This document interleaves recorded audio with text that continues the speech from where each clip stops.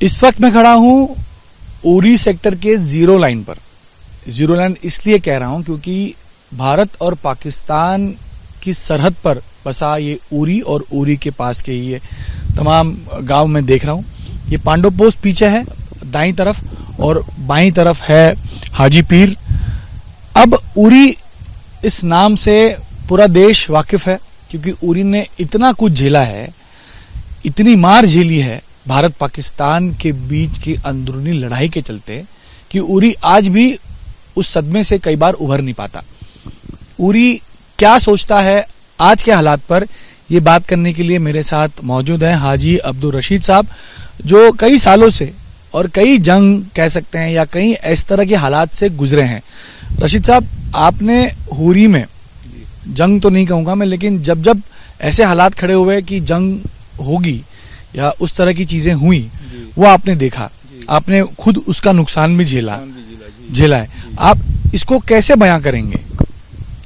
हम तो ये चाहते हैं कि जंग नहीं होनी चाहिए, अमन होना चाहिए, शांति होनी चाहिए, क्योंकि इसमें जंग से दोनों ममालिक में सिविलियन ही मारे जाते हैं, फौज भी मारे जाते हैं, सिविलियन भी मारे जाते हैं और हमारा बहुत बड़ा नुकसान होता है।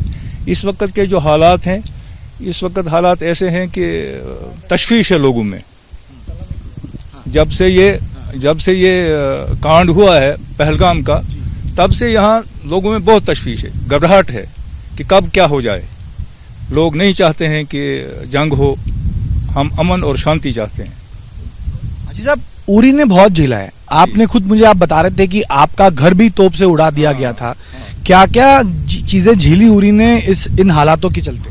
बहुत दुख झेले, बहुत लोग घर बार छोड़कर चले गए, बहुत तकलीफें उठाई। इसी उरी के ब्रिगेड पोस्ट पे जब हमला हुआ, उसके बाद भी हालात बहुत तनावपूर्ण थे। उस वक्त भी हालात बहुत खराब थे। उस वक्त भी लोग दहशत में थे कि कब क्या हो जाए। यहाँ के लोग पुरअमन हैं, यहाँ से कोई ऐसी बात नहीं होती कि जिसमें मुल्क के अंदर कोई इंतशार फैले। ये सब लोग जो हमारे उड़ी वाले हैं या पूरे जो बारामूला से नीचे का इलाका है उड़ी का, ये सब लोग अमन चाहते हैं, जंग नहीं चाहते। जंग बर्बादी है। बातचीत से जो मसला हल होता है वो जंग से नहीं होता। जंग से नुकसान ही हो जाएगा, आदमी मरेंगे, लोग बेघर हो जाएंगे, परेशानी हो जाएगी। वो लोग नहीं चाहते हैं, अमन चाहते हैं। 1965 में के जंग में हाजी पीर अपने पास या भारत के पास आया था। ताशकंद एग्रीमेंट के बाद ये हाजी पीर दे दिया गया। अब मुझे कई उरी के लोग कह रहे थे कि हाजी पीर देना उरी के लिए बहुत बड़ी समस्या बन गई थी क्योंकि उसी वजह से बहुत कुछ उरी ने झेला है। आप क्योंकि बॉर्डर नजदीक हो गया है ना। अब यहाँ से आप जो नीचे है ब्रिज है, इसको नंद सिंह ब्रिज बोलते हैं, इसके आगे 2.5 किलोमीटर बॉर्डर है। जितना ये पूरा इलाका है मोहरा बोनियार तक, ये रेंज में है। पाकिस्तान का सब फायर इधर आता है, बड़ा फायर भी आता है और छोटा फायर भी नंद सिंह तक आता है। तो पूरे लोगों में तशवीश है इस बात की। हाजी पीर नहीं देते तो सही रहता है आपको लगता? हाँ, बॉर्डर दूर हो जाती और पूंछ भी नजदीक हो जाता। पूंछ भी नजदीक हो जाता, आपको बिजनेस करने में भी बहुत फायदा होता। हाँ, बिजनेस में भी फायदा होता। भी आते बहुत, यहाँ से जाते, हाँ, उरी देखने आते, बिल्कुल आते, बिल्कुल बिजनेस में भी फायदा होता। लेकिन हालात तो हाजी साहब पूरे देश चाहता है जंग हो, लेकिन आम कश्मीरी तो ये कंडेम करता है, जिन्होंने पहलगाम हमले को कंडेम किया। सभी कंडेम करते हैं क्योंकि हमारे कुरान में लिखा है कि एक आदमी का कत्ल पूरी उम्मत का कत्ल है। हमारे कुरान में ये लिखा है कि अगर किसी आदमी को आप कत्ल करेंगे, वो एक आदमी का कत्ल नहीं है, वो पूरी उम्मत मुस्लिमा का कत्ल है। लिहाजा हम ये नहीं चाहते, जो कुछ हुआ है हम उसकी मजम्मत करते हैं। ऐसा नहीं होना चाहिए हम, क्योंकि हमने देखा छोटे छोटे बच्चे थे, उनके वालिद गुजर गए, उनकी बीवी बेवा हो गई, वो किस परेशानी में घर पहुंचे होंगे, क्या देखा होगा। वो खुशी देखने के लिए आए थे और यहाँ से गम लेकर चले गए।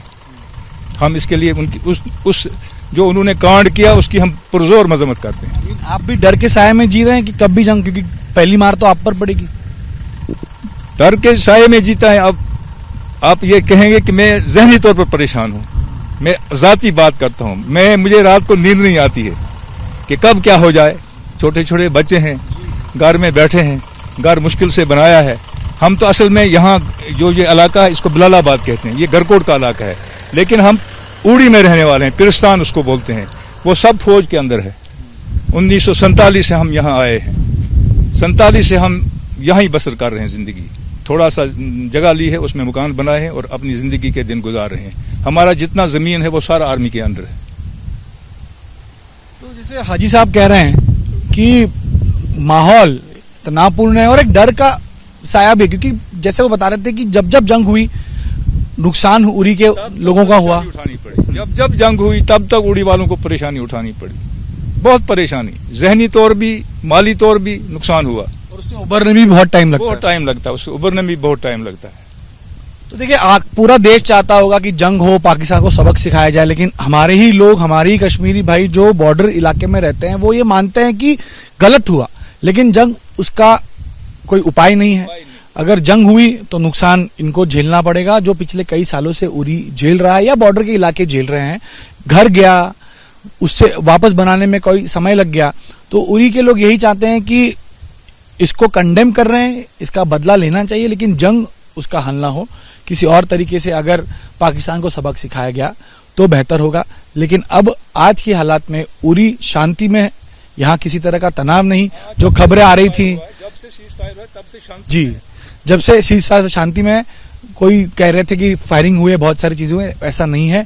अब उम्मीद यही जता रहे हैं या उम्मीद यही रखते हैं कि आगे भी इसी तरह की अमन बनी रहेगी। इलाका, ये जो बॉर्डर है ये शांत है, अभी तक कोई फायर नहीं हुआ है, कुछ नहीं हुआ है।